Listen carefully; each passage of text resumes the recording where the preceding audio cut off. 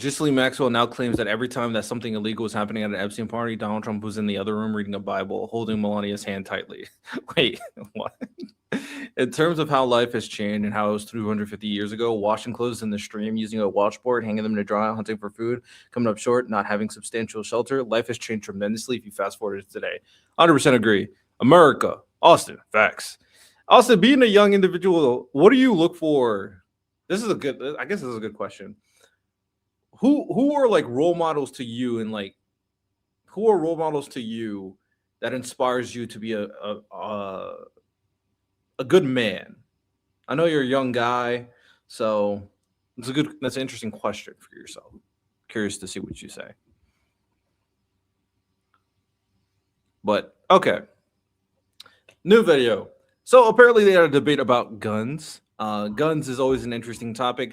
I don't think guns will be a primary political talking point or political issue on the midterms or the presidential election, but I do think the conversation has been spiked up primarily due to this newfound uh, use of the Second Amendment and use of guns during protests. It's kind of weird, but for me, when it comes down to this conversation, I've been very astute.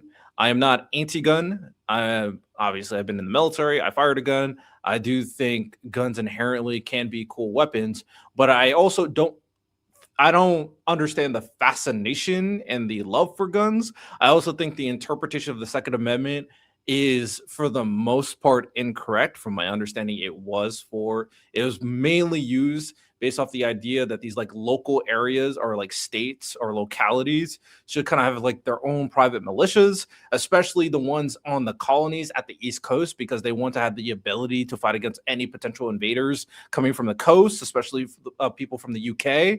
So I do think there's a little bit of misinterpretation, but it is what it is. Now people believe that everybody should have the right to have a gun. I just don't. I just want to have the conversation on, if we're going to be super pro gun, why can't we be more pro proper use of gun, more regulation, more education, more security? Like, if that's the culture we live in, unfortunately, I don't think we need as much guns as we do. We should just be much more. We should ensure people are much more educated on and much more trained, and more people who are criminals and bad actors should definitely not have a gun. Just optimize safety above all else. So that's my point before we get into it. What are some people saying? Gotta go make some grub, sub, see you again. Poor, definitely see you again later. The left is taking interest in the Second Amendment, not the usual interest. Because they realize that the Second Amendment is a losing issue, especially the way they talk about it but see the right kind of go very anti-Second Amendment with you shouldn't have a gun at a protest is kind of cringe. Yeah, funny when somebody like Rand Paul is saying that they've set a terrible precedent with their rhetoric over the protests and weapons. It facts. Abe Lincoln, George Washington is just my top of three. Abe Lincoln and George and you is my top. Awesome. I appreciate it. I appreciate it, my boy. All right, let's dive into in any way are ever going to be able to defend against the tyrannical government thanks to the Constitution. It should be harder to purchase a gun in America. We'll start by having everyone that agrees Guns were come up tools now. 250 to 50 years ago more than they are today. First, tools. What do you mean by the term tools? Everyone should have the opportunity to protect themselves and their property. Like, I guess so. I think that's fair. I'm for like protecting yourself in your own home. I get more freaked out when people start taking it out of their home. I get more wary on that conversation. Well, I think this is about as core and essential to the debate as which is also true. Could people possibly find a way get. to get So I think I'll go to the outside living. and come in and just why do you think it should be harder to purchase a gun? Like, I'm upfront, like I have the opinions that I have because of like what. To an extent, though, there's like other areas in other countries that have like very strict gun regulation and do not really have like gun issues. I think recently Japan and Australia had them like once in a very, very long time. It's just America has a culture with guns, so it's impossible for us to be anti-gun at this point. It's like not realistic, especially with all the guns we have in America right now. We have more guns than people, from my understanding. I experienced and like the trauma I experienced, and like I won't pretend that I'm like not biased because like obviously I am, but as someone who has like experienced like the trauma of like a school shooting and like seeing cameras and stuff like leave after like 2 weeks. And as someone who's seen how it affects everything after those 2 weeks, like the biggest thing in my head is I don't want more people to experience what I experienced and like my community experienced. And if like Appreciate you, Austin. Hey, I try. I'm just genuinely me, and I handle things based off my understanding of the world. Used for hunting so families could eat. Okay, so that's what you're referring to. Yeah. I don't think they were taking into consideration the tool usage necessarily for the Second Amendment. I don't think that was the primary focus there, but generally, I think you could say that. making it harder to purchase firearms saves like a single person from experiencing like the things that like my community experienced and like my town experienced, and like to me that would be worth it. I understand that people feel very differently than I do, and that's fine, but like that's just my point of view as like a person that's like experienced We're gonna have to speed her up. like the things I have. Countries that implement like stricter gun laws have less gun deaths and less gun violence like overall. So I think we could like follow suit, because there's a mass shooting, a school shooting every other week, and we all just scroll past it. It's like, so it happens so often here that we're all desensitized to it. And at some point we need to recognize that true. it is a problem and we actually do need to do something about it. How about you? Yeah, I feel like we should probably, number one, have stricter, but also much more training around those that do own guns. That's kind of where I feel like the gun reform should go, that there should be much higher bars to prove your competence with a firearm before you're allowed to use one. I like to think. I can't legally own a gun, but I can get one tomorrow if I really want to. Gun laws only hurt people who follow the law. Well, that's not true. Gun laws help people in general. Because if we didn't have gun laws, then we all people can that are criminals can get guns, right? And so that just doesn't make any sense, buddy. That doesn't make any sense. Think of a country like Switzerland, where everybody has mandated military service and then everyone owns a firearm, but they've been officially trained on it by their military service. They know how to safely store, handle all of it. And I feel like we're pretty Wild West on who we allow to have a gun. We don't know if they pass the checks that we have right now, we don't know that they actually know how to use it, how to do anything with it. And I feel like that's where we have room to really help improve things in this country, is teaching people. Criminals can already get guns through, though. To an extent, it's extremely hard in some areas, but criminals can also do a lot of other bad crimes. Should we not have laws for that too? Like criminals can also kidnap little kids. Criminals could also bring in very dangerous drugs. Should we not have laws for that as well? Like I don't really get the point of that. Laws are to make it as hard as possible for criminals. That's the point. The proper ways to have firearms. Okay. I think that's a good time now to bring in everyone that disagrees. I mean, if you don't think Facts, it should be it does harder, still happen. That's the maybe point. you guys think it's already too Laws hard. can be broken by terrible people. Question. It's unfortunate, but it's true. So there's already over 20,000 gun laws in the United States. For instance, Chicago is one of the strictest states. It's not the top, it's like 3. I might be misquoting that. But the gun homicide rate there is 4 times higher than the national average. And it's still overly 3. I might be misquoting that.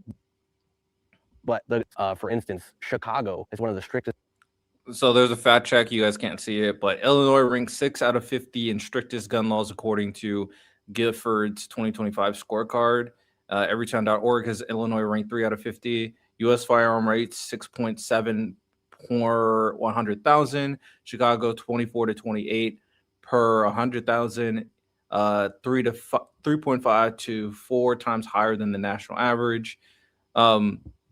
Yeah, I mean, when it comes down to it, it's interesting because people kind of create like false type of like, I don't even think they think that it causes it, but it's just a weird type of correlation. A location with more people, of course, there are going to be more incidents. That's just like how it works. That doesn't necessarily mean the things that they're doing is wrong. It could be done better, but it's funny how people go like, oh, they have all these laws. That means these laws are cause. And I'm not saying necessarily anybody's saying in the chat. If you are, then you're wrong. But these laws are causing more death. Whereas another way you can look at it, which is probably the more appropriate way to look at it, is these laws are doing their best job to prevent death. And if the laws didn't exist, we'd have even more death than we already do. It's interesting how people look at these types of like talking points. States, it's not the top, it's like 3, I might be misquoting that, but the gun homicide rate there is 4 times higher than the national average, and it's still overly strict. So, I mean, how do stricter gun laws really do anything? 15 round mag, yeah, max we can have, yeah. What's the max, like a standard max? 10 for Colorado. Yeah, 10. 10. California, 10. I think it's one of those things where, you know, as an educator, I was in education for 10 years. I had to go through NICS background checks and all that to get my teaching license. You're not allowed to teach kids without some background checks, but you go through. Facts, fair. Yeah, I get the reason for the segment is to defend against the tyrannical. This is part of the core of the Constitution. I mean, way more guns than people. Yeah, I pretty much agree. Yes, you see the point. The only ones not breaking the laws are those who are willing to follow them. Guns illegal, only criminals will have them. That's just with the surge of immigrants that needs to be rechecked. Kidding, but not kidding. Not saying that it's that no one goes out and robs someone with a gun when they think the victim has one. That's just not true. That's just not true. You can make guns as illegal as you want, but I can still. I'm not saying we make guns illegal. That's never been my point. I'm just saying better regulation. I can get one if I want. The legality doesn't actually change that.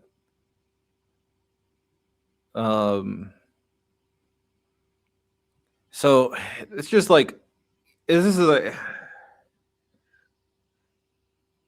one of those intuition, like normalized logic points that people kind of insinuate that the only way to stop a person with a gun is to have a gun yourself, right? So the best way for America to be is for everybody to have a gun, and that will create more peace. Is that the point you're bringing up? Are you saying everybody in America should have guns, and that will create a safer environment? Do you really believe that? If you do, then all right, bro. Sitting dunk if you don't have one. Through just as much of a background check every single time you buy a firearm. You go through an FBI NICS check. So if you have any kind of violent history, anything that could come up, mental illness charges, whatever.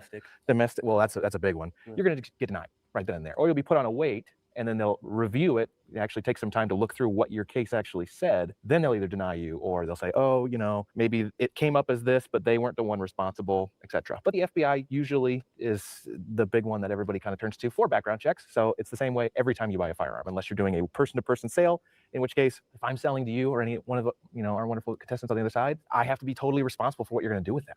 Like if I sell you, Ryan, a shotgun, even if it's like, yeah, go out and, you know, hunt geese with it or do whatever you want.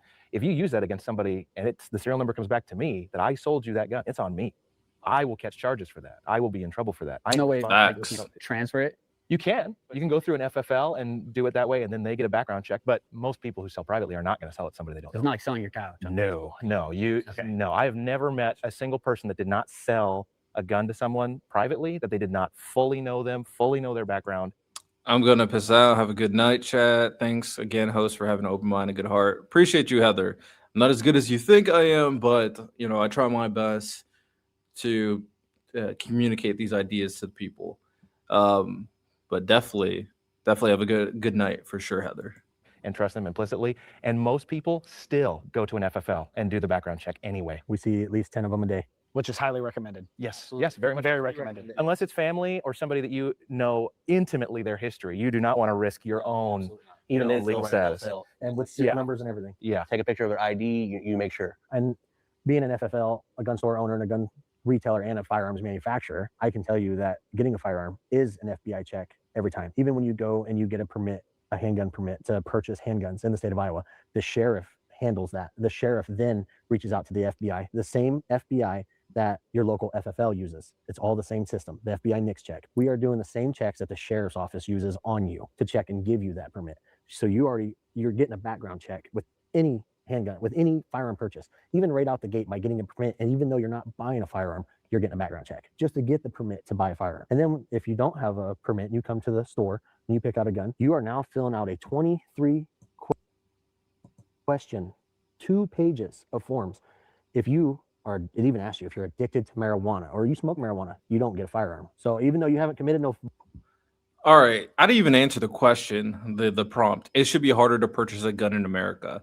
I think there should be an interesting conversation that the serial numbers of all the guns should be traceable. I think that is a very valid thing to advocate for. And that's probably the only thing I would add. Other than that, I think the background checks for the most part have been good. I do think that this is something that needs to be required for private sellers as well, of course, which is why I advocate for traceable gun serial numbers. Other than that, drugs, mental health, criminal history, all pretty valid reasons why you probably shouldn't have a gun. You have a good night, Jamie. Violent crimes. I can get behind. Ooh, you might do some Glad we damage. can Guess agree, what? Bob. Handgun. You got mental illness, depression. You go to the doctor for it, get some medicine. Your doctor logs that in your chart. No firearm. It may not just be depression. It could be mental illness. That's more like being committed. Being committed. You've been committed. This mental illness under it, and it can knock you on that. And it asks you that. Have you ever been committed? You ever been, into a mental illness institution? You mark yes, no firearm. You mark no, and you lie. You've committed a felony. You go to prison. Just by lying on this questionnaire. You have to go through this. And then if you lie on it, you can get 3 years in prison for it. And that's just for trying to purchase a firearm. And then you sign it and even ask you that you're signing everything that you said is true. And we put you in the system. We run you through the FBI. They delay you, meaning it could take up to 4 days before they decide if they want to give you a firearm. And then if they say on the 4th day, yeah, you can have a firearm. We call you up, say, hey, you can have a firearm, come and get it. Now on the same form, we pull over to page 3 and it asks you, have you done anything bad within the last 4 days since you last answered this form? I think it's actually 6. Okay, 6 days. If you have, you got to sign and say, no, you haven't. And if you have done something and you lied, that's felony. You go in prison. So like it's already strict. And for people to elaborate or comment on it who've never purchased a firearm or even went through to get a permit, Talk about they don't guns, really know Austin. the stepping stones and the boundaries that they really have to do. Okay, what do you think? I mean, they kind of hit it all. Yeah. They literally hit everything. Yeah. From my side, though, like doing everything digitally, right? I'm more of the electronic side where like I would support them with like drop shipping and everything. We have to create integrations with Fastbound, which is a 4473 government verified system. So I'm more on the software side, but everything that they hit is exactly the hoops. And now if you can imagine doing this in person is a lot easier than doing it through software. It was not fun. For a 4473, what he means by that, that's the actual form number of that form you fill out for a firearm. It's called a 4473. That's what the federal government, that's its form number.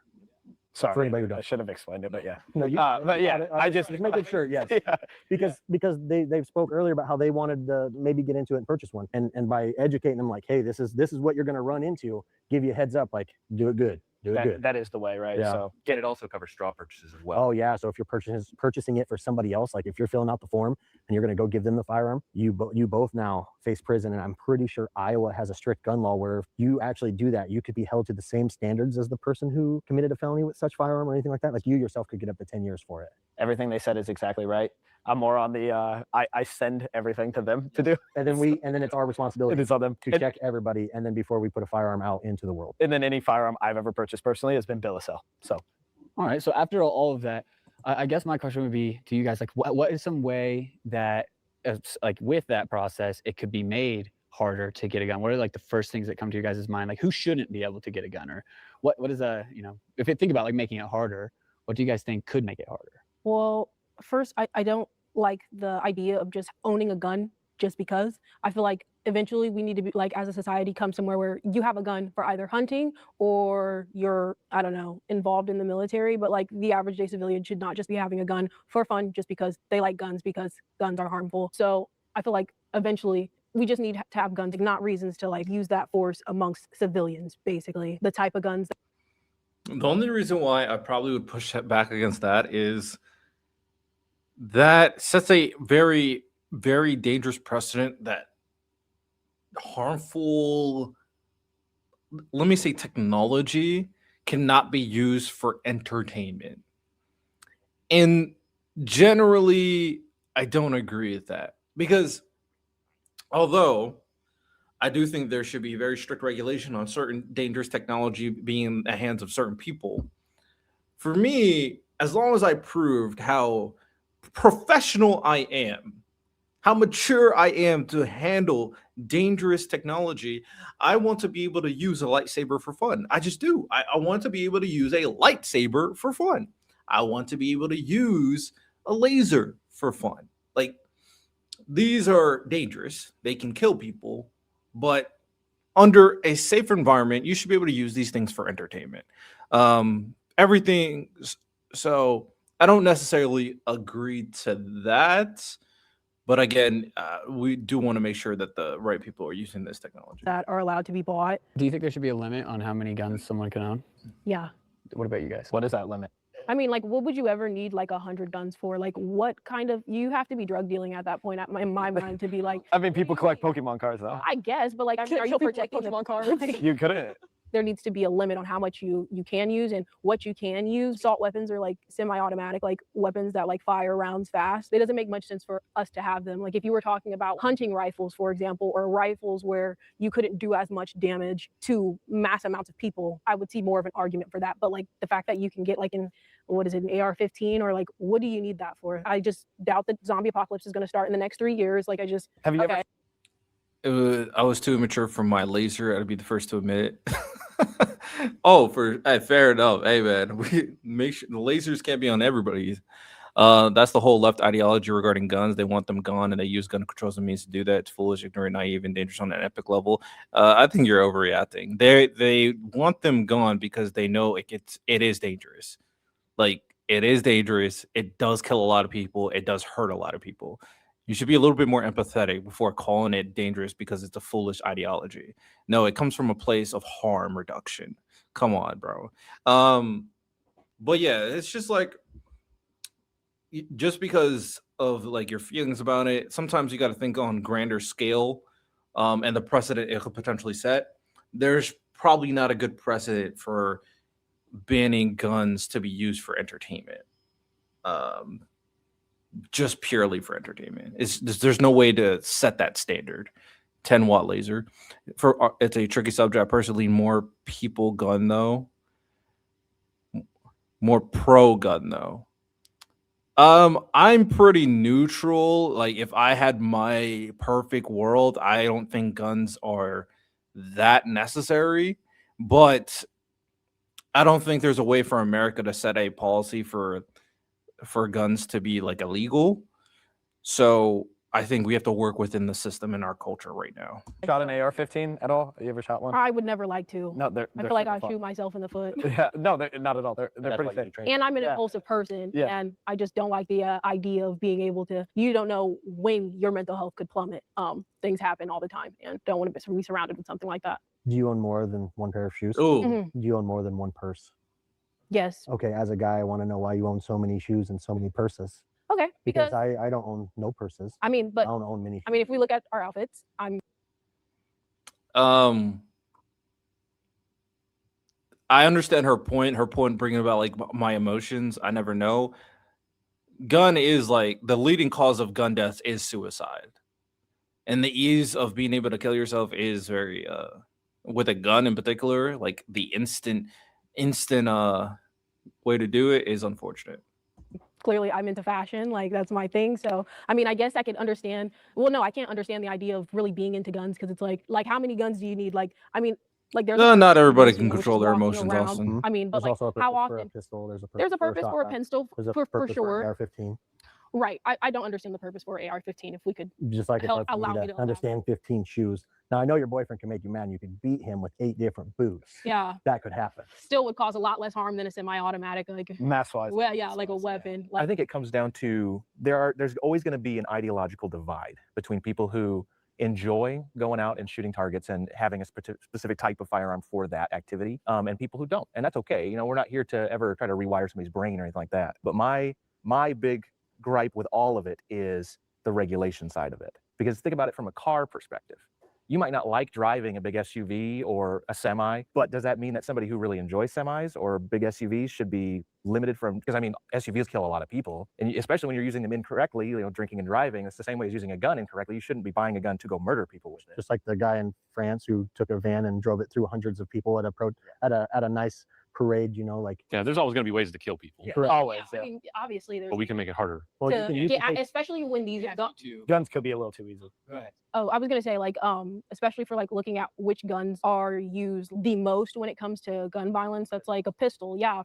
And we should have reform on that also, because again, I just like, even though I plan on owning probably some type of pistol eventually, I just would hope that we won't need those. Almost 60% of all gun deaths in the United States are suicides, and over Fair 50% enough, of them Austin. are usually done with a pistol. That's another like point also, is that like I think it would prevent a lot of suicides, because a lot of people, I know someone who did use a gun to murder themselves for suicide, and I just think having the option of having something so easily and readily accessible, like when you're feeling impulsive, I feel like this causes more people to commit suicide, because like it's different.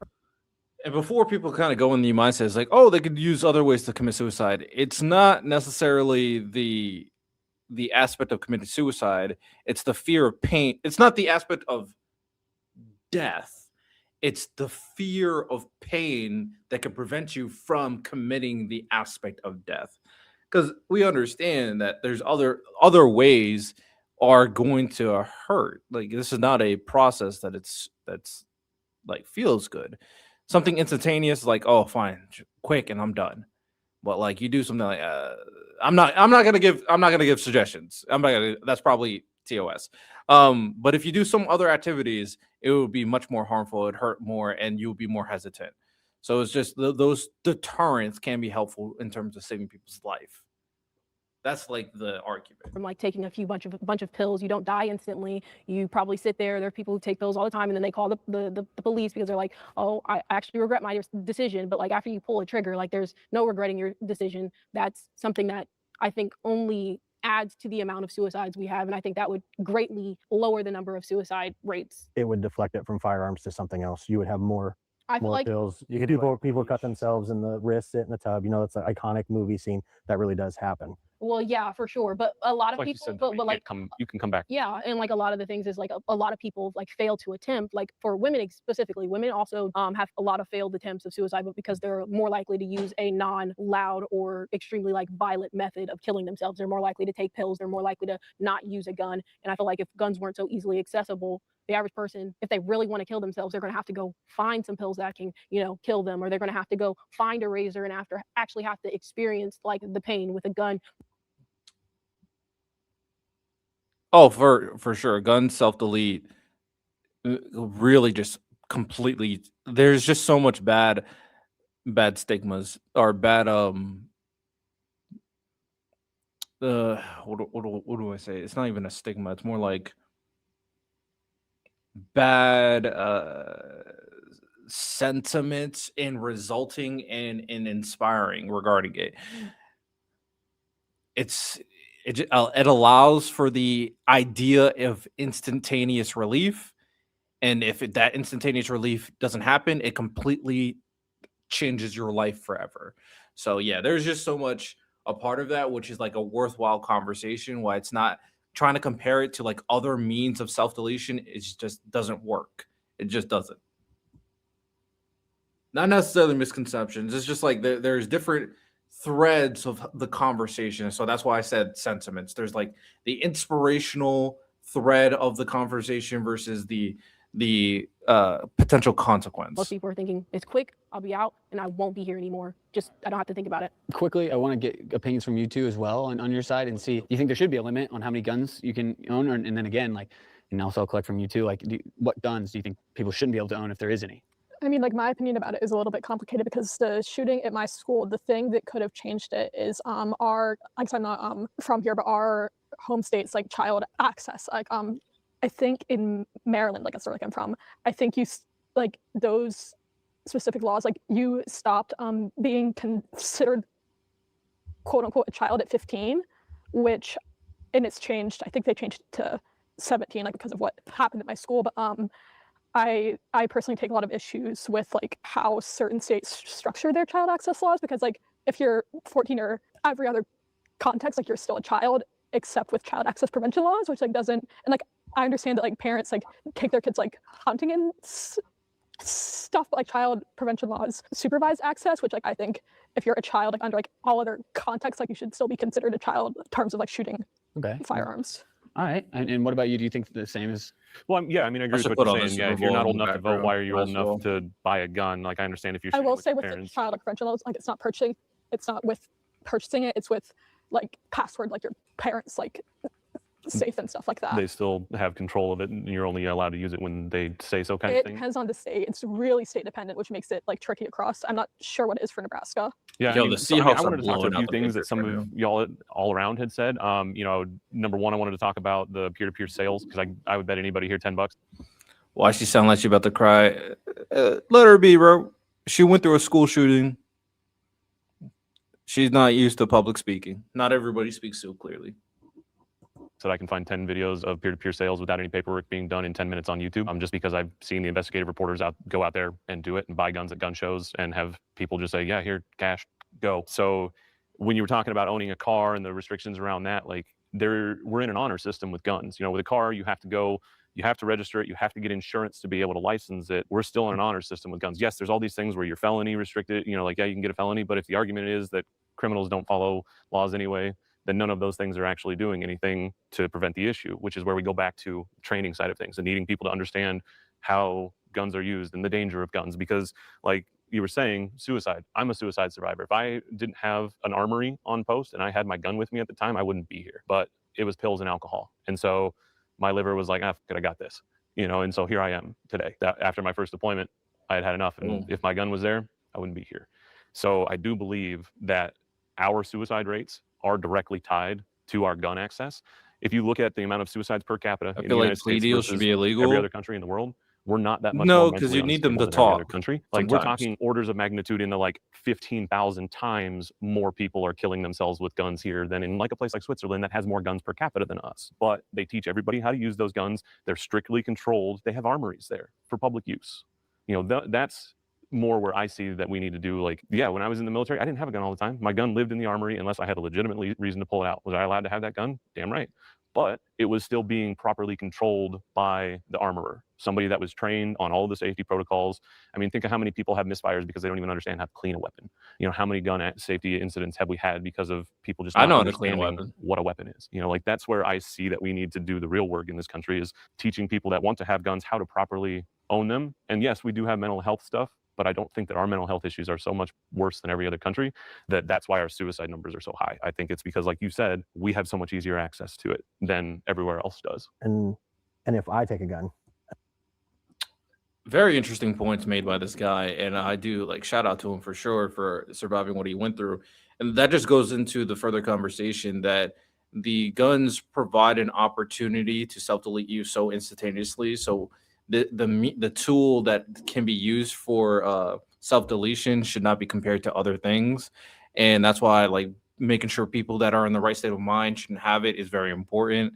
And I don't know if I necessarily agree that other states deal with mental illness the same as us, but I generally agree with that. Education, making it something that everybody's trained about, everybody knows how to use properly, safe environments of use. All of that I do think is extremely valuable. If we have a gun culture in the United States, everybody wants to have guns. So very similar to having a driving test, it just be something that everybody should know about, know how to use, know how to deal with, know how to avoid it. All of these different types of information could save someone's life. So yeah, that guy made an excellent point for sure. I got to head out, but I appreciate how you compose yourself and make your points. Even if we don't agree, I respect your position. Keep up the good work, Lady Earl. Appreciate you, Bob. Appreciate you. That's what I try to do. Definitely come back for future conversations. And I kill myself. Where does it give anyone or the state the right to pass a law that stops him from owning a gun because my decision with my firearm? And that's what we're not talking about. Well, I mean, so that's what it turns into, is because it's X amount of gun deaths per year in the United States, and that's all these people dying from guns. And so that's why we need to pass more laws. Okay, I'm gone. I killed myself with a gun. Bronson should not be limited, nor anyone in this room, because of my decision. And then it's the same with owning a car. You don't know everything about a car, nor how to drive a car 100% when you buy it. You learn as you go when you get in that car. Yeah, they give you a license. You can pass a paper test. You drive with an instructor. You know, brake, gas, go. What? When you get, usually you get a permit before you get a car, so you learn about like all the rules and regulations, and then typically the norm is people are training you, like your parents, your family member, your friend, all teaching you how to drive. How many people learn how to drive the moment they buy a car? That's not the norm. That's not the normal thing. What? That's a false equivalency. Green, red, yellow, caution. I get it. But do they teach you, hey, you're driving in the snow, the back of the car just slid out on a turn at 35. Do you know how to counter steer? Did they teach you that? No, you turn wrong. You That's fly an off the road, you extreme kill the old lady circumstance, on the other buddy. side of the road. Now they got to pass a law that stops us from driving too. I think something Everybody that you learns. can What? interject with that though is cars are engineered with the idea of how can I keep you the safest possible. Guns are engineered with how can I be the most lethal possible. So we're talking about things that are serve two separate purposes. Also, it's not just like suicides. It's like guns are used constantly for homicides. And the argument I'm making is that like guns are ultimately causing more deaths than they're preventing them. I think it's not just an argument about like suicide. It's also an argument against like homicide and gun violence in general. We have gun violence happens pretty often in And America. 300 deaths a year are homicides by AR-15s. Or Rifles, sorry. 1,307 deaths a year are for you falling down the stairs. So you are more likely to fall down the stairs and die than being killed by an AR. AR-15, but you still are probably more likely to be killed by like a handgun still, like because that's what people use most. And again, I don't know. Well, actually, we'll leave that later. We'll start talking about the Constitution. You're doing it to yourself. Yeah, but also what happens when you take your friend's gun? You don't have the gun. You take your friend's gun. You stole a gun, so now you've committed a criminal act. But Yeah, again, but we're you talking just about die- access. You could die however. Once you again, want, talking about regardless. access. I'm If totally everybody okay didn't have with a gun. Then imagine be able to steal a traumatizing gun. your like friend. I could steal a car and run somebody over too. Yeah. I could steal a knife out of my girlfriend's kitchen and stab somebody. Or drive I your could car steal to that a chair and go outside and beat Tyler because I'm mad at him. All right, so I'm gonna call this one right here. Teachers should be allowed to carry firearms in schools. We'll start by having the people that agree come up now. I have a huge asterisk with my answer because there was some bills proposed that said that they would require teachers to carry a firearm, which I think is the worst idea ever. I think probably 75% of the people that I worked with in all my years of education, including my grandmother who did 75 years of education, basically, she was teaching until the day she died. There's just not a lot of comfort around firearms and getting back to training. They don't know how to use them. And the worst thing that you can be in a situation where there are lives at stake is a liability. So the huge asterisk is you could be allowed, but you as sure as can be, need to make sure that you have the training and everything to back that up. You should not be uncomfortable. You should not be forced, and it should be something that you should pass some stuff. Teachers should be allowed to carry firearms in schools. I disagree. I'm just like not in favor of the educator having a lethal weapon in the classroom with students. I'm not a fan of that personally. And also the teacher, you never know when things can get crazy with the teacher. It's just, I'm not a fan of it. I think a good alternative for that would just be more security guards with guns. How about that? Instead of teachers having guns, no. I'm just, that doesn't make me feel good. I can articulate why for a lot of different reasons, but why don't the alternative with security guards makes just much more sense. One, you have people who are trained and their whole job is protection. So not only will they be able to protect against like a mass shooting or a criminal coming to the school, but they can also be a deterrent for like bullying and fighting in the school as well, and just be another source of communication and another role model in the school as well. But also it just provides more jobs for people to be a security guard at a school and be around kids in a different way, not in a creepy way, obviously, but being around kids is not wrong because kids are the future and the best asset in the world, and they're the future. So yeah, it's just, I don't know. I'm not a fan. Not at all.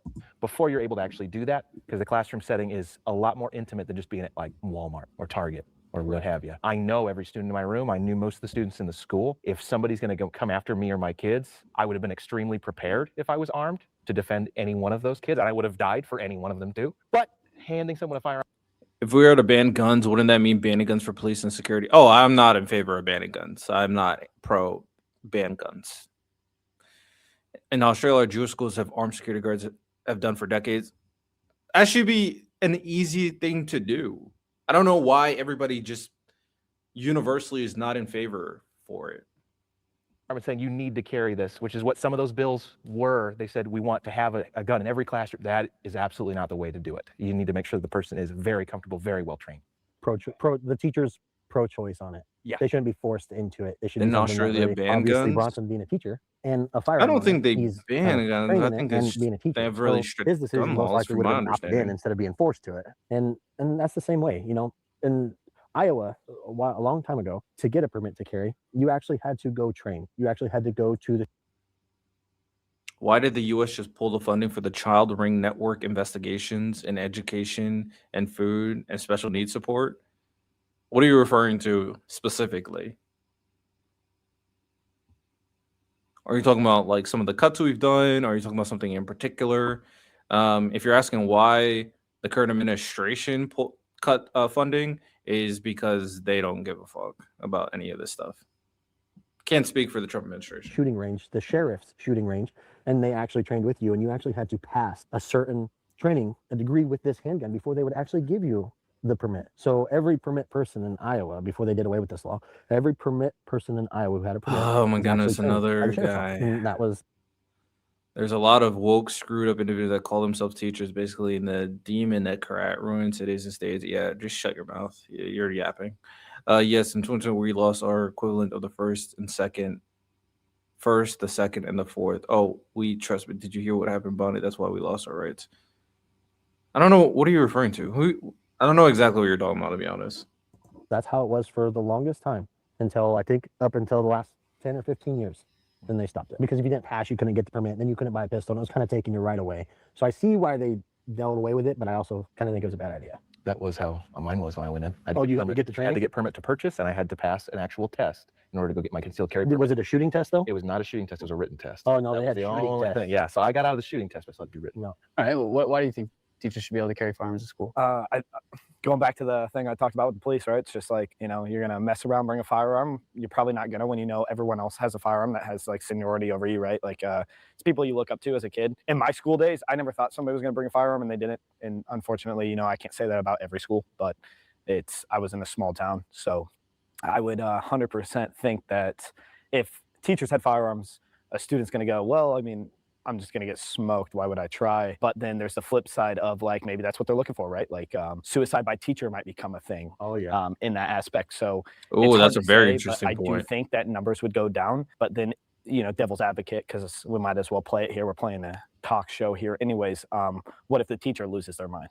Well, other teachers would be there to keep them in check. So it just is kind of that fight fire with fire, which again, yeah, might burn down the whole. Another teacher keeping them in check while they're in their classroom, that doesn't really work.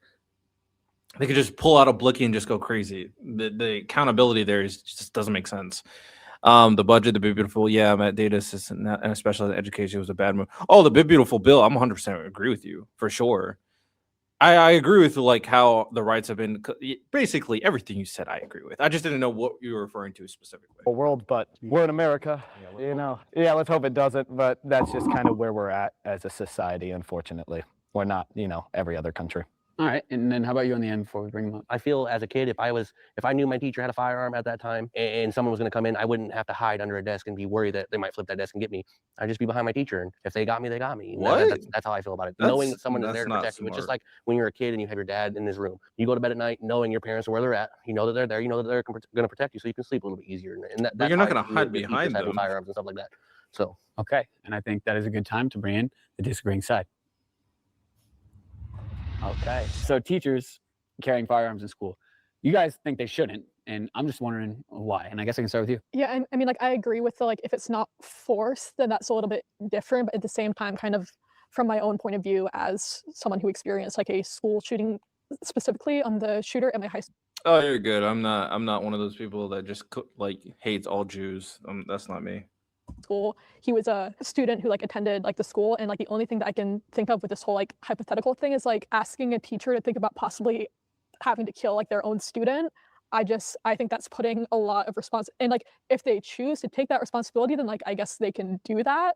But I think even suggesting it creates like a weird dichotomy like within the school of like, oh, like well he chose to do it, but like I didn't. Like, is he thinking differently? I mean, like I just think like we have like enough issues in schools and teachers and stuff as is that I don't necessarily think, especially in today's schools, that would really do much good. But kind of on the same topic, kind of like a little bit off topic, but also the same, our school had a school resource officer and he confronted our shooter, and like of course like I'm glad like he chose to do that, but the thing is he couldn't tell that anything was wrong until the first shot went off, and unfortunately like the first shot killed somebody, and like that's not his fault because like he wasn't like telepathic, he was a human. And that's my thing with like putting firearms in schools, like whether it's through teachers or like school resource officers, it can be something that's there as a backup, but because teachers and cops are humans and they aren't yet able to be trained to be like telepathic, it can't be the only solution. Like it can be a part of it, and I'm not necessarily completely opposed to that. Just like my own experience, I get very like when people claim like it'll like solve the whole problem, because there's a lot of moving pieces to it. Well, at your school, did the resource officer, did he stop the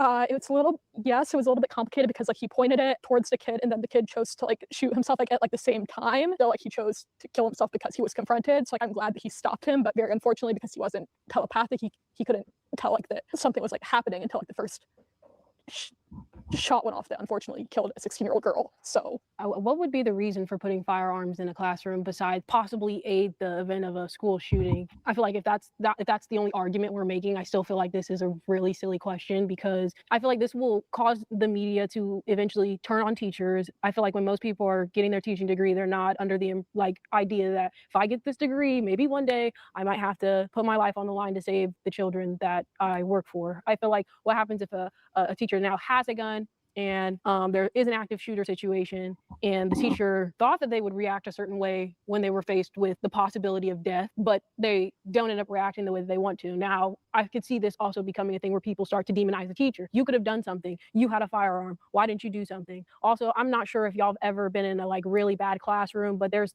been teachers who will start crying and like legitimately having like breakdowns at school, which you were kind of saying. And I just don't think the idea like should be more guns in the school. Like, especially when we're talking about, again, schools, which usually contain a bunch of children and teenagers are irresponsible. Let's say they know about the gun that's in the teacher's desk. If the teacher would then never be allowed to like accidentally forget her keys on the table or his keys on the table. I think this could just lead to worse outcomes, because if a kid now knows that a teacher's armed, maybe, I don't know, he won't go get a registered gun. He just might end up finding a way to steal it from his teacher. Like, I just don't think this will cause there to be less mass shootings. And I think if anything, it'll cause more gun deaths with putting like arming teachers in schools. Okay. And how about you? Yeah, I mean, I think it's relatively reasonable to assume that if there's more guns in schools, there will be more guns shot in schools. And I think that's the opposite of the direction that we want to go for a lot of different reasons. Yes, student could get access to it if it's not properly secured. But I think what really, for me, it comes down to the other parts that you touched on of we're not wanting our kindergarten teachers to be killers. Like, that's not the type of person that is drawn to the work of being a kindergarten teacher. And so, I don't think that having teachers with guns is a good route to go. I'm all for the idea of, additional security, metal detectors, multi-door access control, security officers. If you want to have armed security officers, fine. But that's somebody that's, supposed to be trained to use that firearm, supposed to be trained to react in that situation.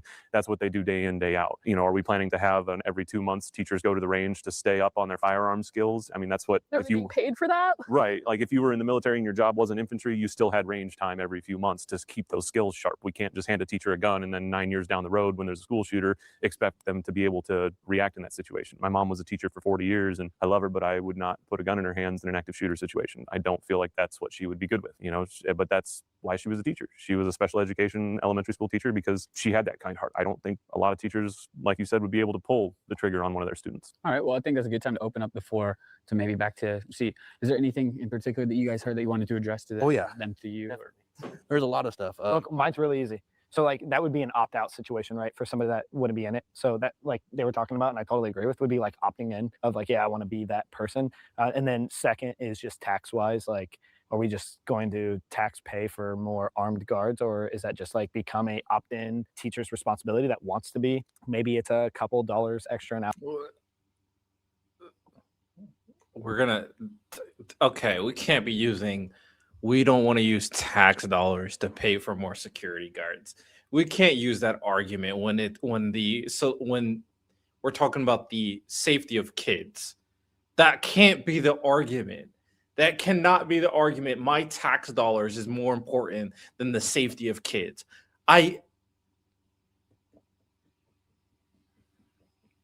That's just is no. Is there strict laws around gun storage in Australia? The parents liable for the child's action. There now there have been there. I think I don't know if it's already been deliberated. There was a recent case in regards to parents and whether or not they have a level of liability for the kids. One of the kids who did a mass shooting. As of right now, definitely not federally. And I don't think that law went into or has decided that they were liable. So no, that's not really a thing in the United States for the most part. But certain areas have more strict gun laws than other areas. So it really depends on where you live. I'd hate to have a teacher have a gun. My ELA teacher tweaking too much. Or like a salary bump, but I just think of it as in like tax dollars as like a business owner. It's just something we're gonna have to pay for to have armed guards in every school in America, which is just gonna cost. That's a terrible point. In the end of the day. So that's my only point. Go ahead. I think definitely being a teacher, you're gonna go into it with a certain point that, like, you know, after a while, when you get to know these kids, they become your almost not necessarily your children, but like your children. You see them, you want to take care of them, you want to protect them, you want to make sure they're okay. And if you can use a tool to do that, then you can. If you don't want to, you don't want to. But to not allow them to do that and to basically prevent them from doing that, then What are you forcing them to see when the time comes? yes, basically, yeah, pretty much. I don't know where I was gonna go with that, but yeah. I mean, I have a lot from all of them, obviously. You know, this is kind of the question that is the biggest one for me because unfortunately, when I was in school, this was very real. I started with all my education and everything like that in 2012. And so this was after quite a few school shootings had happened. And I remember we had one class about it where we sat down and talked at my university and just said, this is what's, you know, something you need to be aware of. And there's quite a few people that left that room and they did question their decisions on things because you're right. Teachers are not the kind of people that should be carrying guns. I think if I didn't teach all the social sciences and have this as something that was ingrained in me, having law enforcement as 90% of my family, you know, and a lot of Army vets and Navy and everything like that around me, I think that changed. I'm kind of like the weird 1 in a million unicorn that actually would go out and train, you know, all the time. But I agree with 95% of what you guys said. Teachers are not going to be the ones to be able to pull the trigger in that situation most times. I took many fists for kids over the years. I got assaulted 4 times my last year teaching. And the last thing that the kid, I took the fist for him because he was literally, and I moved him out of the way and I got socked right in the face. And then I got 2 elbows right after that, right across the chin and permanently messed up my shoulder. So I caught this kid that was like 275 pounds as he's running across to get this other kid. The last thing that he said to me before that was, "You man," and he left my classroom and didn't come back for the rest of that semester. But you know what he said to me afterwards? "I can't believe you did that for me." And I literally looked him dead in the face and I said, "You're not going to prison because of me, and I want to see you turn things around." And sure enough, he did. He graduated high school. He got all of his things done. I'd never in a million years thought that would have happened. Great teacher, man. W teacher. Hand of applause, bro. And ideally, we would want armed guards and metal detectors and all of that. That'd be a wonderful addition to every school. I would be so happy. I really would. Because seeing videos online of kids bringing in handguns to school and they like drop them right after the metal detector and the principal's just sitting there like, "There's a gun on my floor. This kid just dropped it. What am I supposed to do?" He doesn't know what to do. So he's just sitting there standing. The kid picks the gun back up and walks away. There's 2 or 3 videos of that happening. And it's horrifying. You know, maybe one of the guidance counselors runs after. More security would be amazing. But we get back to the money. There is no money for that because there's so many, and this is going to be a hot take. There's so many people up at the tippity top that are just grabbing with 2 hands full. I know our superintendent locally is one of those people that she's gotten some heat in the past for different financial decisions she's made, and our school board too. You know, and they may come after me guns a-blazing for saying something like that. It's just, there's too much corruption when it comes to money with a lot of these districts for them to set aside money. And boy, I wish they would, because man, we could pay some people less than, you know, $500,000 and put some guards in our schools. They just canceled what, 100 and amazing point. A really, really good point. Hey man, he cooked. And yeah, a lot of these schools need more funding. This guy going like, "Oh, we shouldn't have more guards because it's going to raise tax dollars." That's just like a piece of shit position. When the result is protecting kids, you spending more tax dollars is irrelevant to me. I'm sorry, it's just irrelevant to me. So it's a very good point. People need to be willing to pay more taxes. Doesn't mean that our tax system is the most efficient way in terms of funding schools, especially on how it's done in most areas. But they should be willing to do it if it means protecting kids. It's between 100 and 120 billion dollars worth of funding from the Department of Education. So all they'd have to do is reverse that, and that would pay for all the metal detectors, right? But how much money from the Department of Ed is actually going to the schools? Good question. for you That's a guys. great question. I Aside- urge aside everybody from to the look money that up. involved. Who here? Most of the money for the schools is not coming from the Department of Education. Most of the money is coming from the state and local levels. I want us to be very clear about that. Thinks that adding armed security to every school would be of course, a section of the solution, but would be a necessary part of the solution to end Maybe school a shootings. temporary solution. Yeah, I'm I using feel like- section. I'm saying section. I would feel like that's a temporary solution because I feel like that's literal hell. Like walking into school, you got armed guards patrolling the school like a damn prison. Like I just think That's just a black pill. I've had cops at my school. They were not patrolling around like armed guards. A lot of people like the guys. They were just here keeping everybody safe, making sure everything's good. Nobody wants a maximum security person. Nobody's advocating for that. I think she just thinks cops are just gonna come here and be like evil. I just don't agree to that. Withholding 50% from some of the states, they get funding from federal mostly. School funding is mostly done at the state level. However, I agree that especially for universities, I think it's probably still true. For general public schooling, it's definitely true. But you're on to something because the MAGA administration is pressuring certain schools, telling them you have to sign a certain petition in order for you to get funding, basically telling them to fall in line or else.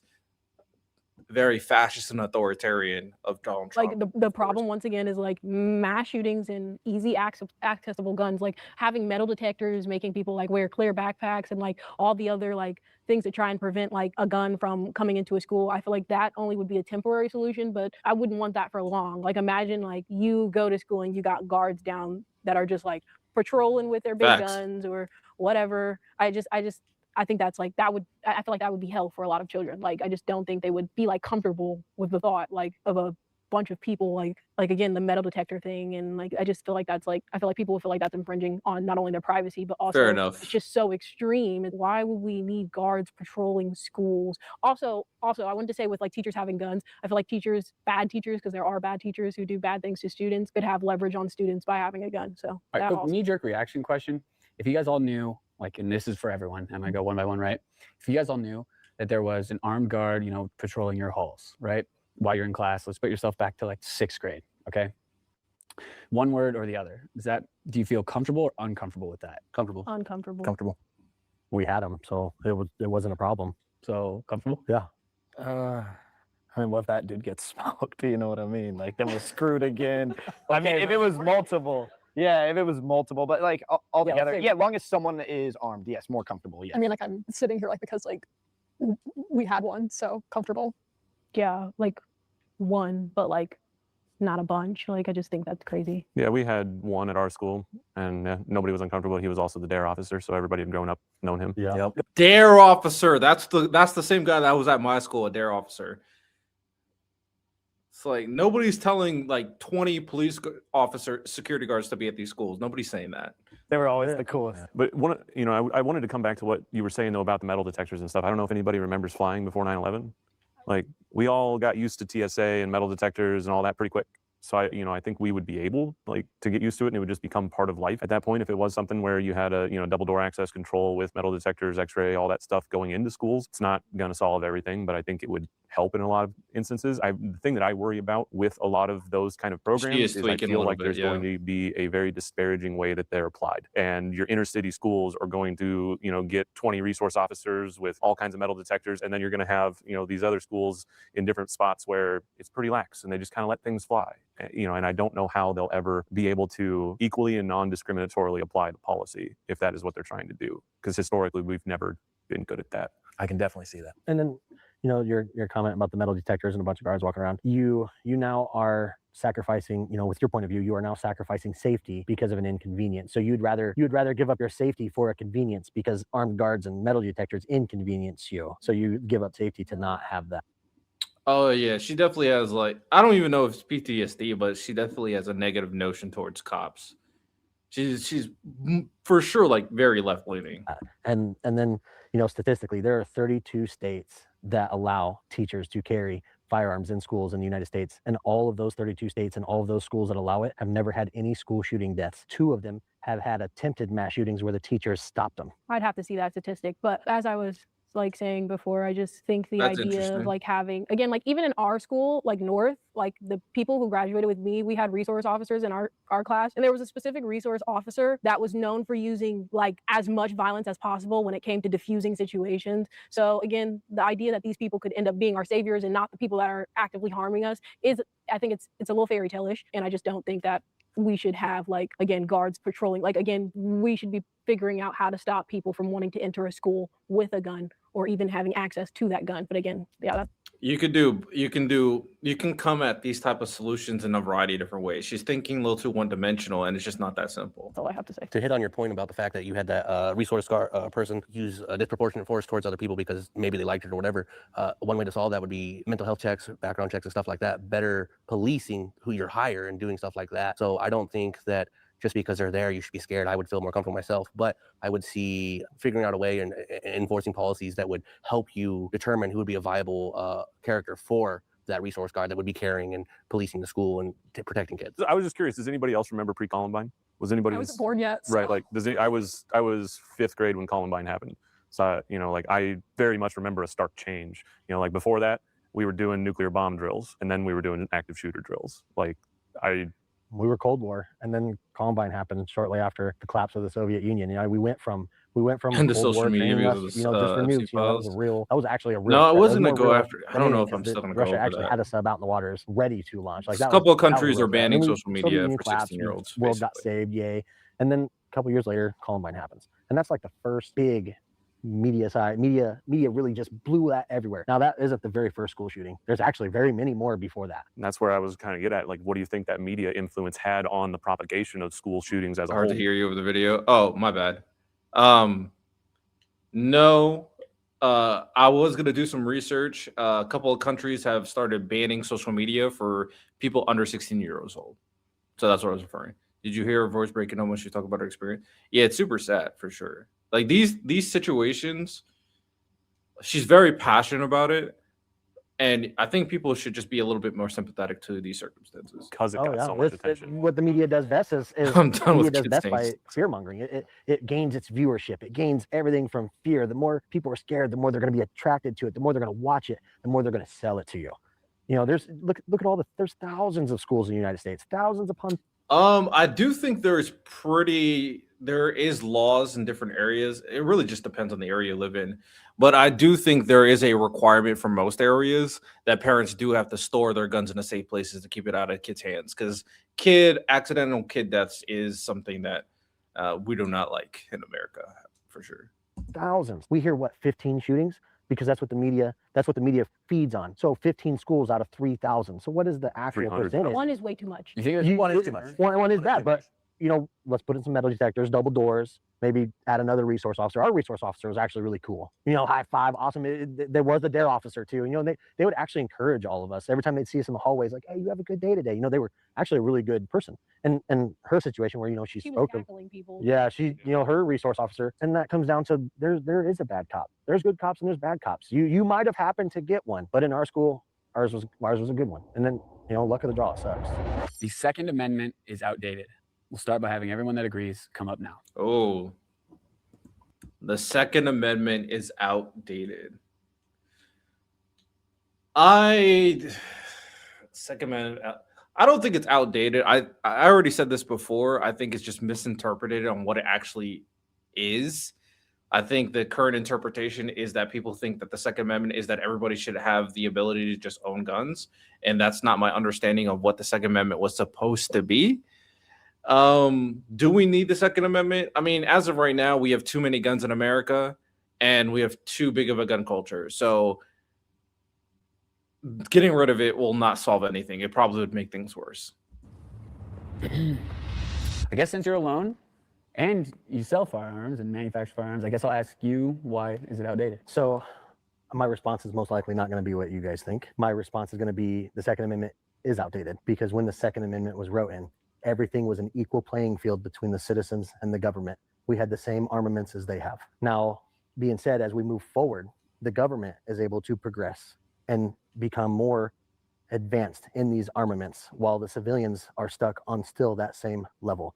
Full autos, pressers, RPGs, tanks, grenades. He wants The people to government have still more keeps advancing guns. in armaments that it most likely can and possibly will use against its own civilians. We've seen it in other countries, while us are stuck on a level that we cannot advance as them, otherwise we get in prison. Well, with the NFA though, we can have machine guns and stuff like that.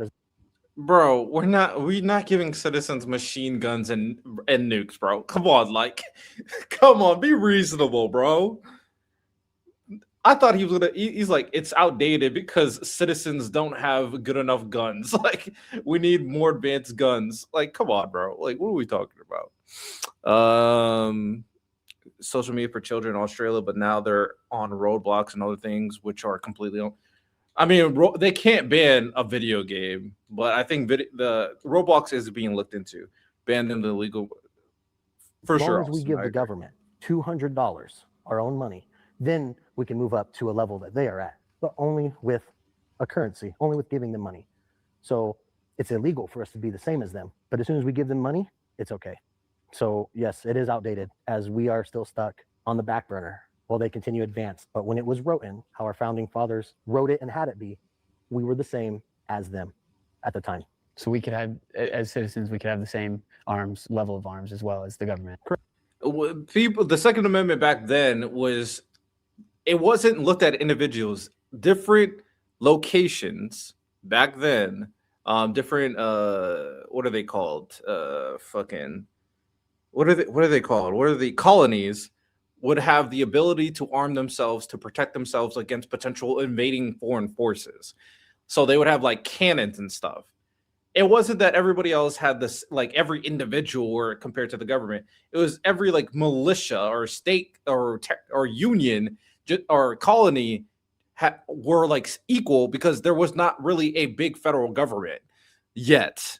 So it's just not a real comparison. This kind of a stupid take, to be honest. It actually doesn't meet us in reality. It's whatever. Okay, all right.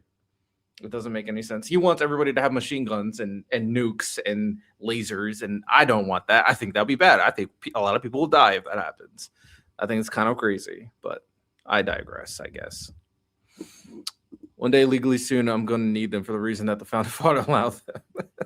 Going to need forced moderation on platform works better than taking children's rights to media. I'll be honest. I'm in favor of social media not being something kids should be on, to be honest. Sorry, Austin, but I think it's more problematic than it actually is positive. I think they should have access to media, but social media, I don't know.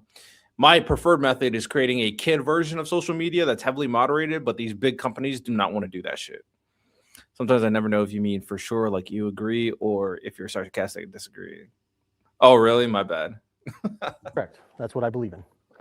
And you think now? Do you think now we should be able to as well? If they can, we can. Well, some people think, well, people shouldn't have machine guns. Well, I'm a firearms manufacturer. I have machine guns. I don't go out and commit mass murders with these machine guns like everybody thinks that people are going to do. There are people who have tanks. We see it on YouTube, private tank ownership. They don't go out and shoot buildings like everybody thinks they're going to do. We're not. We are held to a different standard than the government. Everybody worries about the private class, the private citizen, the citizens of this country doing the bad thing, doing the wrong thing, because the government never does nothing wrong. Does everything right. This is such a terrible take, bro. I can't. This is I hate MAGA. I think they're fascists. Even I wouldn't compare the MAGA government that has so many checks and balances of their power to a random citizen having a fucking tank and a machine gun. What are we talking about? Is the right place for people who find genocide base? Wait, are you from the comments section? I don't know. I said that somewhere in the comments. I do not find genocide base. I find people who make bad arguments based when they bring up genocide, just to feel morally superior in a conversation. I find that based because it's stupid. They have it all. It's okay. It's not. yet, You're not really NFA engaging items, with a the machine gun, thoughts and the Have you ideas taking place there. witnessed any sort of shooting or But killing genocide where in an NFA itself is holder not based. took It's their bad. machine gun and went and shot somebody? Not once. But you'll hear of our government going and shooting and accidentally killing or purposely killing civilians with these armaments. Okay. Well, yeah. With that being said, I mean, what do you guys think is outdated? So you talked about the citizens all being on an equal playing Facts, field also. when the Second Amendment was written, but that was the point in time where we still had the 3/5 compromise. And so citizens weren't on an equal playing field. And the reason that we had the Second Amendment initially is because it talks about a well-trained militia. That's because it was the militia's, the intent was to be able to put down slave rebellions as well as to be able to fight off Native Americans. So we need to really have a conversation about what was the True. It was mostly for foreign invaders off the coast, but I don't think he's wrong either.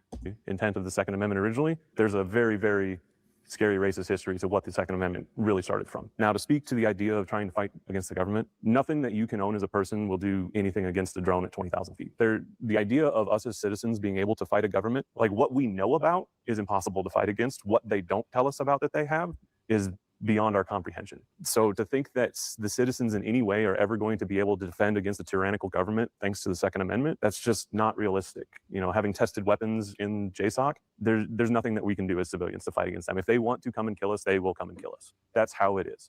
Now, is that great? No. But, what are you going to do about it? You can't shoot a drone down with a 50 cal sniper. Doesn't matter if you have anti-tank armaments. You're not hitting a drone that they can see you off of a satellite feed from 4,000 miles away in a control center somewhere. Like, we aren't stopping a tyrannical government. That shouldn't even be part of the Second Amendment conversation, in my opinion, because it's so far from what we could actually do as a reality. It doesn't make any sense. Private citizens purchase. It was meant to be used against a tyrannical government. No, that's not why the Second Amendment was created. That is not correct. Does it appear that anyone when the government corporations have merged, they are no longer for the people? The current government is not for the people. Some corporations are definitely for profit over the people.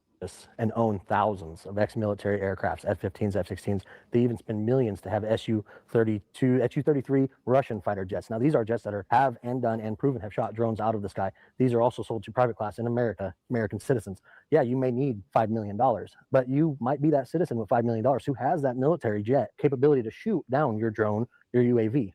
And the military is tracking, and the government is tracking that, knows where it is. And if they ever thought you were a risk, they'll probably come and take it, or they're going to bomb you first because they know where the armaments are. I mean, when we're talking about intelligence and the amount of data that's tracked on people, everybody knows where everything is. So, and then it comes to that playing field where we were earlier, where it's like your uncle and your brother is on that other side. Those military people are civilians. They're just. And we might we'll see. A pragmatic independent government, maybe we'll get there once we're done with MAGA. We'll see. Like us. They are our uncles. They are our brothers. They are our cousins. Now, for them to make that decision to kill a civilian. Somalia's voter ID before America. What the hell? Based. Very based. So we do in Australia, though, through our schools, but the government doesn't know about it yet. It's the same decision that someone on the left side when they purchase a firearm to kill somebody on the right side. Okay, I do want to get yours, and then I think we can continue this convo, bringing everybody in. Oh, yeah. I think the Second Amendment is outdated because guns have evolved since it was the U.S. Constitution was written. Like in 1787, the most common gun used amongst Americans was like a flint gun or whatever they're called. But like from what I've heard, like these are guns that take much longer to reload, like bigger and bulkier and heavier guns. These aren't like guns you really can typically conceal carry. These are guns where you're gonna have to like actually carry them. It's no hiding the gun. Now we have like guns that are like so small, like I could fit it in a coin purse. So like when the U.S. Constitution was written, it wasn't accounting for the fact that guns would become smaller, quicker, quieter, faster, and the U.S. the Flintlock. Austin's cooking her. Our private school education software has its own social media built in. I mean, if it's like a privatized social media for the school and it's heavily moderated, I think that's probably okay because it's school based. And I'm sure there's like school programs to ensure that it doesn't look up like porn and stuff. That's probably okay. The Second Amendment is outdated basically because we have evolved since then. Okay, I think it's a good time to bring Kids should be able to everybody communicate with back each to other. the- Now, the rest of you guys, the Second Amendment is not outdated. I guess let me ask you why. I mean, you could go back and say a lot of amendments are probably outdated, right? This was created forever ago. The world has advanced. I just think that it's laws that we abide by, and for us to say one of them is, we're going to have to go change a lot of them. So my whole opinion is that we just kind of fall in line, and that is what we believe in, right? We're American after all, and this is what we're told to follow, and we got to follow the laws. To change one of them, we're going to have to go change all of them. So that's my whole opinion. Everything you guys said is true. Everything you said is true, right? It's the whole world has advanced. So I just believe it's not outdated for the fact of all of them are probably outdated, and we got to just follow them. Do you feel like if we get into the realm of changing things, then it's never going to happen? How are we never ever going to agree? Yeah, how are we going to meet in the middle? Yeah, on any of these. Like, it's like, I mean, not to bring in like religion and stuff, but it's like people talk about like the Bible and stuff, and it's here's how it was, you know, here's Jesus was. But like things have advanced now. There's probably like a new times Jesus, and we could rewrite the Testament, but we don't. You know, they already tried that with the New Testament and all that, and we're just living in the old, outdated. But I mean, America is old and outdated, right? We don't want to accept new things, but we accept them every day. AI, I mean. Okay, and then we'll just go to you guys on the end. I mean, freedom of speech is still a thing on the internet, but in 1789 they I don't had no think we idea can what take computer the was or what government heck off. could be. I mean, they didn't even have the printing press then.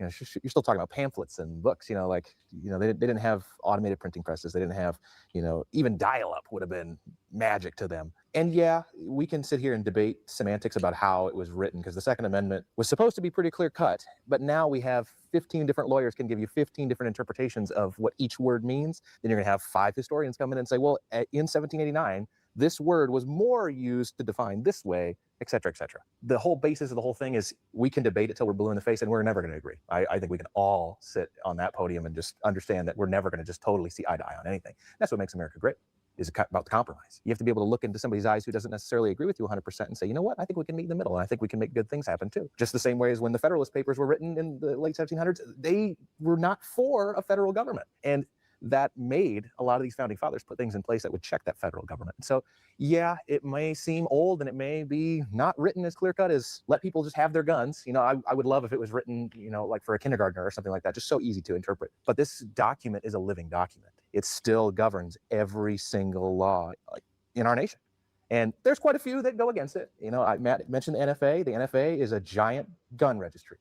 They just say the only reason that it's legal is because there's taxes involved. And so it's technically a tax registry. But most of the time when I pay my taxes, I don't have to tell them all the serial numbers that are on every single one of my dollars and where I put it. You know, and so there's a lot of things about it that you could very much say is antiquated, but all the other ones still hold up great. You know, if a cop comes up to you, he can't just take your cell phone because of the Fourth Amendment. You know, you can get on the internet and say, I really hate this or that because of the first. You know, they all have their place. And all of them go to nothing without the second. The second one is the only one that predicates all the others. Because if I could just come to your house and arrest you, just like Chairman Mao did, you know, during the 50s, you're not going to say anything bad about me if you haven't got a gun to shoot somebody through the door. And yeah, they got F-15s and nukes and all kinds of crazy stuff. But the Taliban, the Mujahideen, the Viet Cong, they sure did a really good job fighting against some of the biggest militaries in the world that had nukes, planes, radar, crazy communications, night vision, fully automatic weapons, all of our wonderful calibers, armor-piercing ammunition. They killed a lot of people, and we never won Vietnam. I don't know if that's a flash for a lot of people. We lost that war horribly and should have never even been there in the first place. So I don't think you can really say it's outdated. I think the way it's written, it's really hard for you to try to interpret it any other way, but besides the fact that they need to be protected and that it's there. I think it's written that way because these men that founded our country realized that times do change, that things do advance and happen. And by writing it the way they did, they allowed some leeway in there for things to change and not to completely disregard what they wanted to happen with the country. Okay, and then finally, I'll get the final first take. Yeah, I mean, I think I take a really philosophical view to it because, like, I'm in law school. I spend like a lot of time with the Constitution, obviously, and I don't think the gun violence problem in this country necessarily stems from the 2A itself. I think it stems from the culture that we've created around it, because we've had school shootings since we've had a country. Like, that's just our history. And I think it isn't the amendment that's the problem. It's how we've spent the last She's right. almost 250 years interpreting it and applying it in specific scenarios, and this culture that we've created around it that, like, we really need to take a very hard look at and change, as opposed to changing the, like, actual text of the Constitution. I don't think that would really do anything, because at this point, like, people already have firearms. Like, that's not going to change if, like, we just take away, like, the 2A, like, so. Okay, and I had to cut you off earlier to get everyone else in. It seems like you've been wanting to say something since then, so I want to just see what you want. When the Second Amendment was written, and you mentioned, you know, smaller firearms and stuff. There's a firearm called a blunderbuss that pirates are well known for using, and it was a little pistol and it had a little trumpet at the end of it, and they would pack it full of rocks and nails, and they'd hide it in their shirt, and they would shoot people in the face with it. And it's real small, like it's probably about a good size of a modern handgun today. It's almost the same size, and they had it before the Second Amendment was even written down. It's been around way even before 1776. I mean, that's cool, but again, I just don't know if they would have written the Constitution the way they wrote it if we had, like, again, semi-automatic guns, and if they could see where the state of America would be today with so much gun violence, like consistently. Yeah, like especially because again, the most common used gun in America was like Flint Lockwood guns or whatever they're called. I think if our founding fathers woke up from the grave and looked at us now, I think they would actually be very disappointed in us as people. And I think they would actually try to rally us all together to stop the current situation that we have with our government. You got to remember, they. I mean, yeah, but that also doesn't address what she said. Started a whole war to take over a whole country over a tax on tea. 3%. 3%. And now here you are as a private business owner, 36%. Is it 36% of your income? You make 100,000, you got to give the government 36,000. Yeah. Like 36%. Oh my God, this guy's actually low key on Hinge. He's saying that they would overthrow the government because of taxes, bro. Are we serious? Let her rock, Austin. Oh my goodness. And I remember they flipped the table, started a whole war with another country, and over 3% on tea. I think everybody wants to talk about what our founding fathers would say, but I honestly think if they woke up today, they'd be pissed. Yeah, I mean, No, I think they'd be like, oh my goodness, how far we've come. They might, I mean, if we want to go as like traditional as possible, we can say they'd be pissed because look at all these black people and women that have actual rights. I mean, if we want to go there, right? If we want to go there, pretty sure they'd say, get your AR-15s. Let's get them new a few ones. of them would probably want me as a slave again. So, you know, if they rose from the dead, if we really want to bring it up, you know, that was a thing in history of America for a while. So, you know, I just feel like obviously I don't really care about the founding fathers now. Like they're dead. Yes, they were important, but like, they're gone. They gave you the life that you have today, just like me. And then do we rewrite them all? Like that was my point. Like it's not just 2A we're worried about, right? We should like be worried about all of them, right? Yeah, we should. I mean, why are we following laws that are 250 years old that you know they don't understand the context of the life we live today, right? We feel like it's not working. Like you said, it's a living, breathing document that's supposed to. I mean, that's the most American thing about America is that our government. I mean, the thing about it is that we have amendments for a reason. And the amendments have been changed. They have been adapted. They have been reinterpreted based on current understanding. So this is like pretty normal overall that we've adapted to the circumstance. Play this. Is a system that we all should feel that we have the power to make changes in. You know, like that's the spirit. Like I felt that I was scared by that statement of like, oh, this is the way the laws are written, so we need to follow them. Right. Like, I mean, the 13th Amendment says that like slavery is still like acceptable as a form of punishment, which I think is ridiculous. Like just because the document's old and we used it as a ground to build something doesn't mean we can't fix a foundation of something. Like I think that's silly to not like if we would have a whole lot of amendments. Correct. Yeah, we would. I feel like obviously we would never be like, let's rewrite the whole document today. We'd probably go like one by one and be like, hey, we'll vote on this, and you know, I don't know. We have to have a constitutional convention. We have done that. 30, that's what amendments are. States that have to sign on to ratify. So, today. There's just no way. We're so 50-50. Yeah, but the Constitution says slavery is a punishment. What do you think prison is? Yeah, prison is a privately owned prison, and when you're in trouble and you get sentenced to prison, you go there and you work. You stitch pants. You make things like that. And that's why we have such high recidivism rates. If you look at like Scandinavian countries where they actually teach them life skills and like, hey, instead of sewing pants, you're going to become a welder, and we're going to teach you how to manage your finances and so that you don't get into those positions where you feel like crime is the only. So as a person who commits a very violent crime, murder, child molestation, they should be taught life skills to be like the best amongst them. Well, that's a different conversation. It's a whole conversation on like reforming them so they are productive members in society. that's a whole conversation on whether or not we should be more forgiving. I mean, that is a principle behind Christianity. Forgiveness is a very good thing overall when you think about it, considering it brings back people that's a part of the cog that is society. And then if you are able to reform them and they start going to the job, that means more money into the economy. And that if we could reform all the criminals to have like normal paying jobs and buy goods and be a part of the economy, that actually grows the economy. But there's always the question on like morality and the ethical nature of certain crimes determining certain outcomes of punishment. That's a whole large conversation. We're not going to have it right now, but something to think about. Society, because we really want them living amongst us. Most like people in that. That's prison aren't okay. there for violent crime. If- They're here for petty crimes, which is like again, That's correct. which is like They'll another be pissed thing, at how I don't big think the somebody's government life has should be destroyed gotten because and they mass stole taxes. something. I don't think somebody's life. They would also be, they'll be pissed on a lot of things. They'll be pissed about all the people of color in power. They'll be pissed of all the women in power. They'll be pissed about a lot of different things. So you could be very black-pilled on the founding fathers and their perception of current society, or you could be very white-pilled on the founding fathers and current society. I mean, it's really up to you on how you want to go about it. But there's no way you're going at it and speaking about all the things that they wouldn't like and don't bring up the other like very glaring not red herring, but very glaring issue that the founding fathers had because of the way they lived back in the day. Should be destroyed because they partook in a few drugs. I don't feel like somebody's.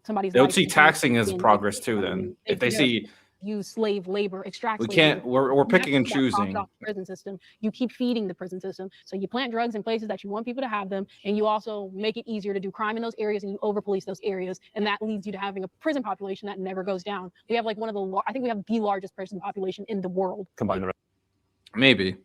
I looked at your constitution and amendment the ex-slaves. It's as bad as fair. Rest of the world. Yeah, we have. Maybe we should do a stream many going over prisoners the here. Constitution. But with the whole child molestation thing, That that's would why be fun. 2A is beautiful, right? Yeah. I mean, child molester will do less time, and I understand. We'll do less time than someone who did marijuana. And to me that is wrong. I completely agree. But to say, hey, let's try to give them some life skills or teacher skills, and then like you don't really want a person like that in a school. Like Depends who it is and what the crime. But I mean, I think I was just strictly reference to the child sure. molester. Like you don't want them in the for sure. But I think it comes down to, do we want to have a correction system or do we want to have a punishment system? Exactly. Like, do we want to correct behaviors and return these people to society, or do we want to throw them away and say you're no longer allowed to be a part of this? Because if we put them into a system where the only skills they're taught is how to get away with, not getting caught by authority because that's what they have to do to survive, that's what they're going to then turn to on the outside. And so, like, if we're not focusing on how do we make these people productive members of society, they're never going to be. Now, I don't mean to steer it back because we're obviously getting into prisons, and that would be a wonderful episode. Yeah. And then it's going to turn into the government real quick. Yeah.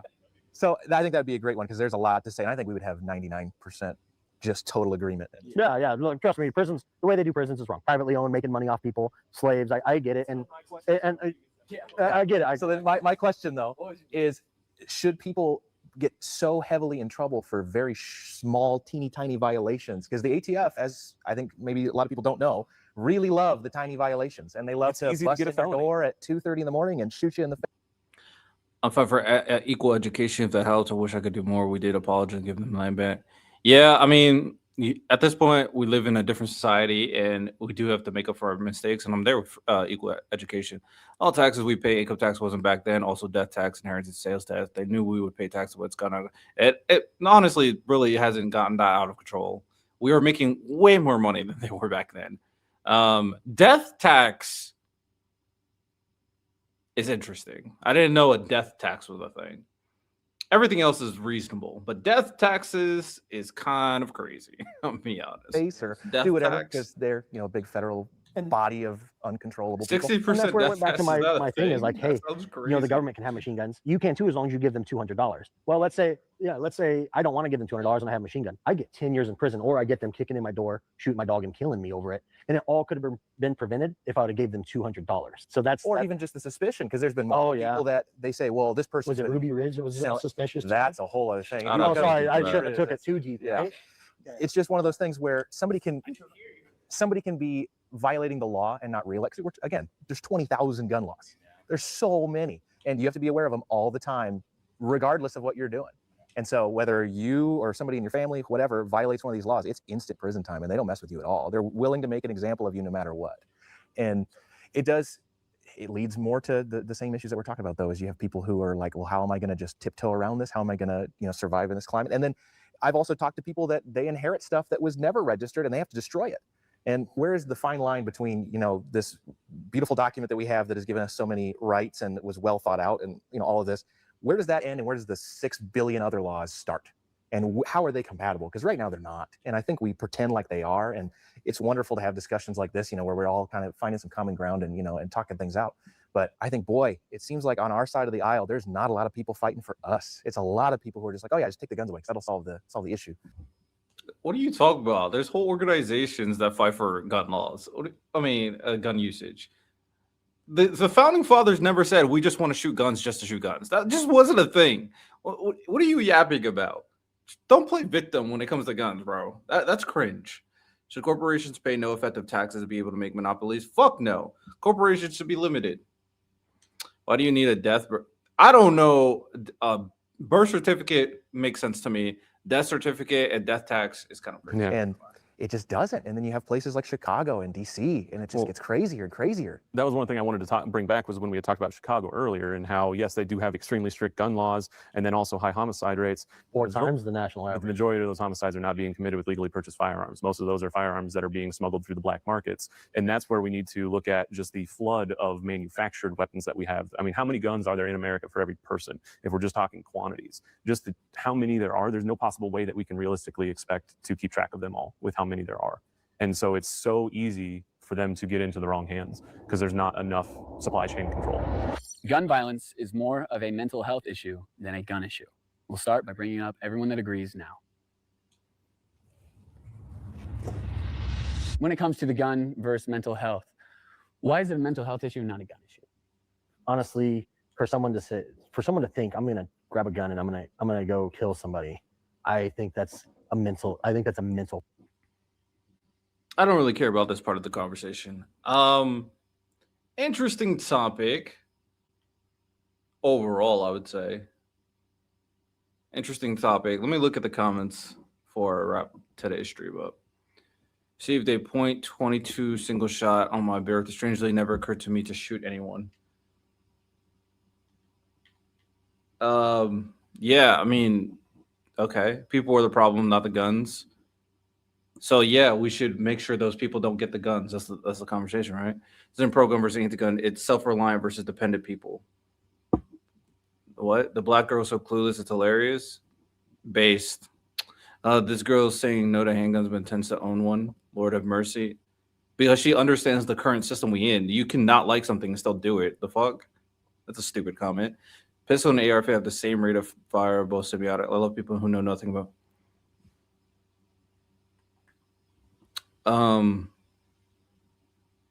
Were they talking about semi-automatic or just automatic weapons? Was that a point you just brought up to make yourself feel good? I don't know. Why do you need so many guns? You can't play golf with one club. That's a stupid comment. Think of Cloudy with the chance to meet Flint Lockwood guns. You knew what she was saying, bro. Just like people, these guns, they be so sensitive. Honestly, they're a little can't control them, so nobody should be able to have access to firearms. No, she's very anti-gun, so I hear you, but you guys are doing way too much. All right, people of color disproportionately impacted by gun rights. Black juveniles are shot at 100 times the rate of white juveniles. Sure. I don't know what that was in reference to. In particular, I'm not sure what you were arguing against or arguing for, or maybe you're just saying the statistics just to say it, which is fine. Gotta go. Got school tomorrow. Yeah, I'm about to end the stream. Most concerning outcome of not taxing billionaires and corporations. Government becomes purchase service rather than a public institution. Yeah, I hear you there. I'm not gonna lie. There's a lot of money from a lot of very powerful organizations. BlackRock. It makes it very unfortunate. My dog tried to piss on an outlet. Yo, he's trying to kill himself. Black age 10 are killed and dropped by shooting at nearly 25 times the rate of whites. What's the point of this statistics? What are you trying to prove here? It's in reference to the need to restrict gun ownership. Yes, we need better gun laws for sure. I don't know how you giving I don't know what your point is. Maybe you're making a point that I'm not really understanding, but I don't really understand your point. But all right. Appreciate everybody who tuned into the stream for today's stream. Low-key think it'll be a hilarious stream to do a Bill of Rights Constitution stream. I've